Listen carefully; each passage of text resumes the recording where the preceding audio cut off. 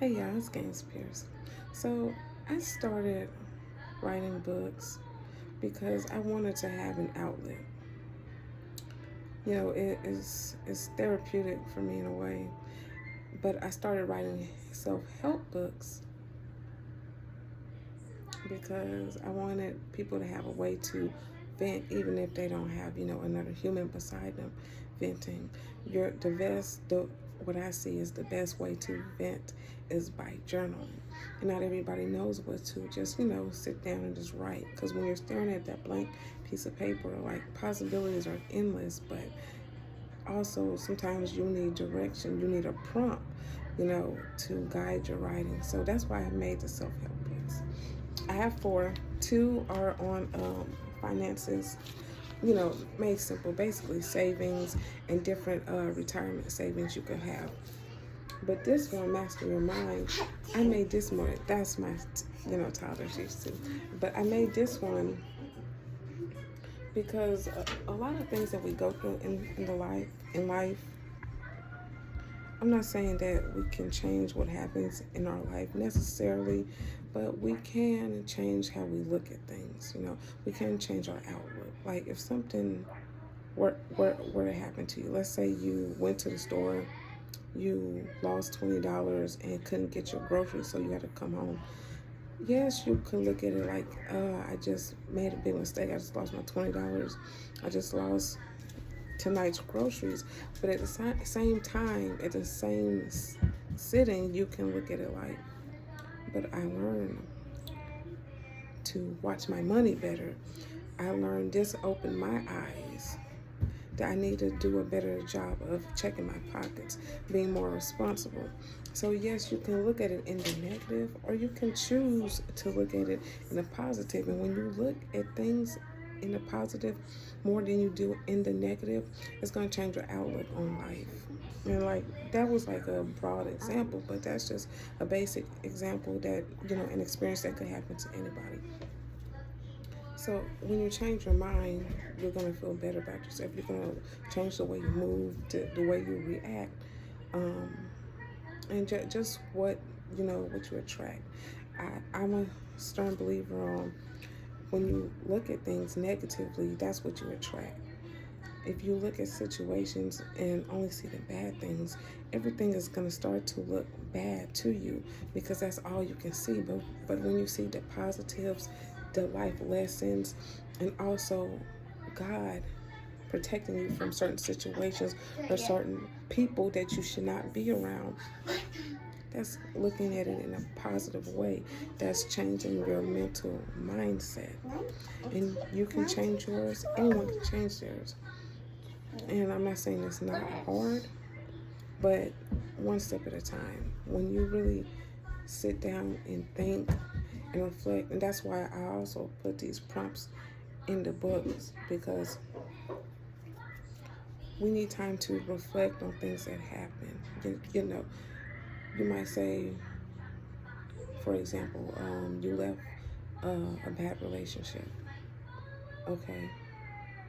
Well, what were some outcomes that you learned from that relationship that you don't want to take to the next relationship? What are some things that you could have done better? Because I know, like, we like to say that one person was at fault, but it could be a combination of both people. Hi. Hi. Please don't bite me. My daughter, she like to bite. She's a biter. She's a biter. Yeah. I'm watching.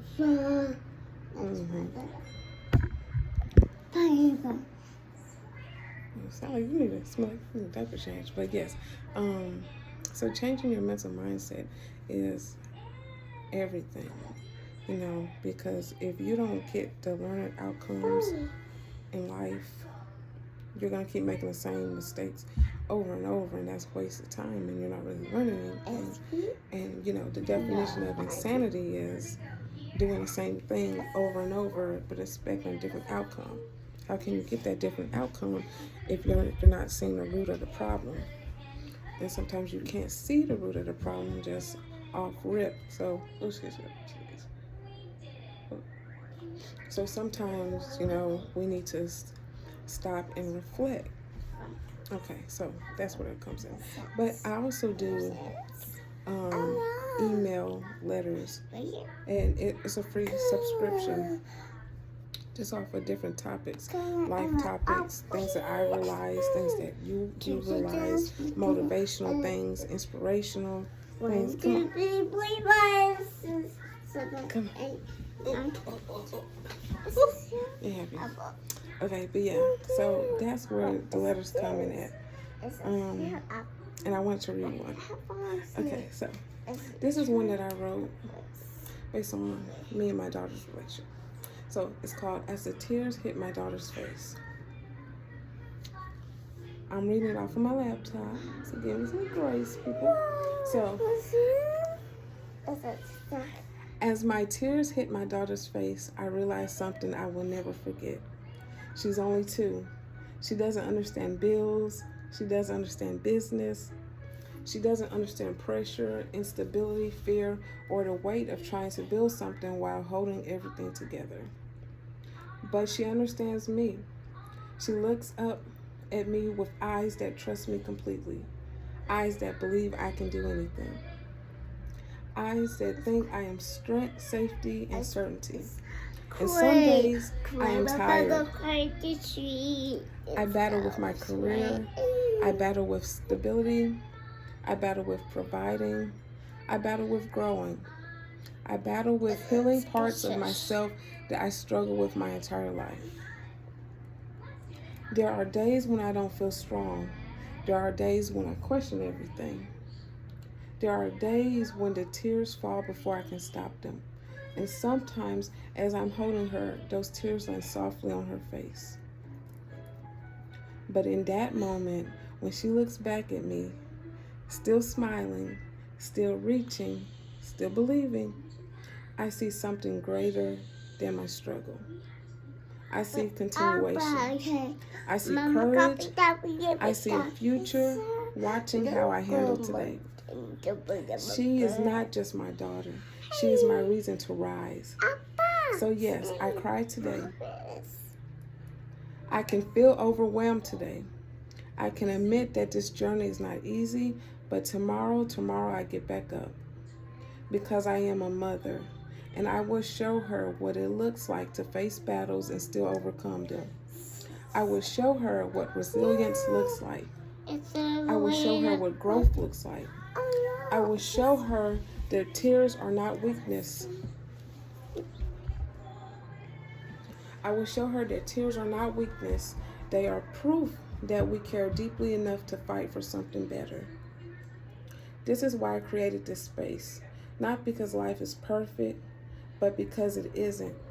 This is for the mothers building while breaking, healing while leading, learning while teaching, crying today but rising tomorrow. Our daughters are watching, and one day when life tests them, I want them to remember. My mother didn't quit. With strength and love, divine goddess. Yes. Okay. Yeah, so that's one of my favorite letters that I wrote. Oh, sorry, that just resonated with my soul. Okay.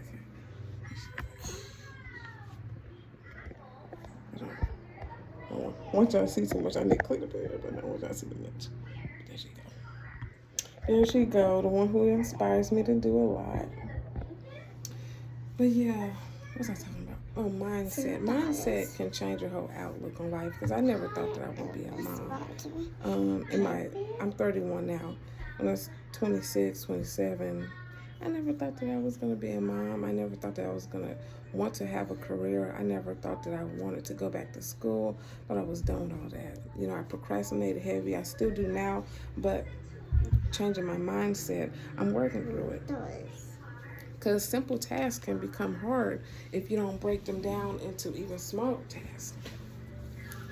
Like, you might plan to go shopping, clean up, write, send some emails, or, do whatever, but it's like, when you don't get those things done, you feel like you fell for the day. You did not fail. You just didn't think about your day strategically.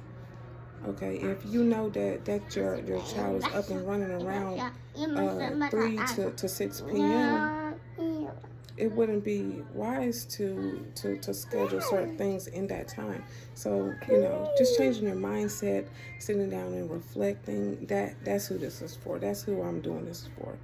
I'm doing it for myself, but I also want to create a community of women who also struggle with mindset and want to change it, but not sure how, or not sure if they have the time. So if this fits you, like, share, subscribe. I'm always on my phone, like, all day. I'm always on my phone. So DM, send me a message.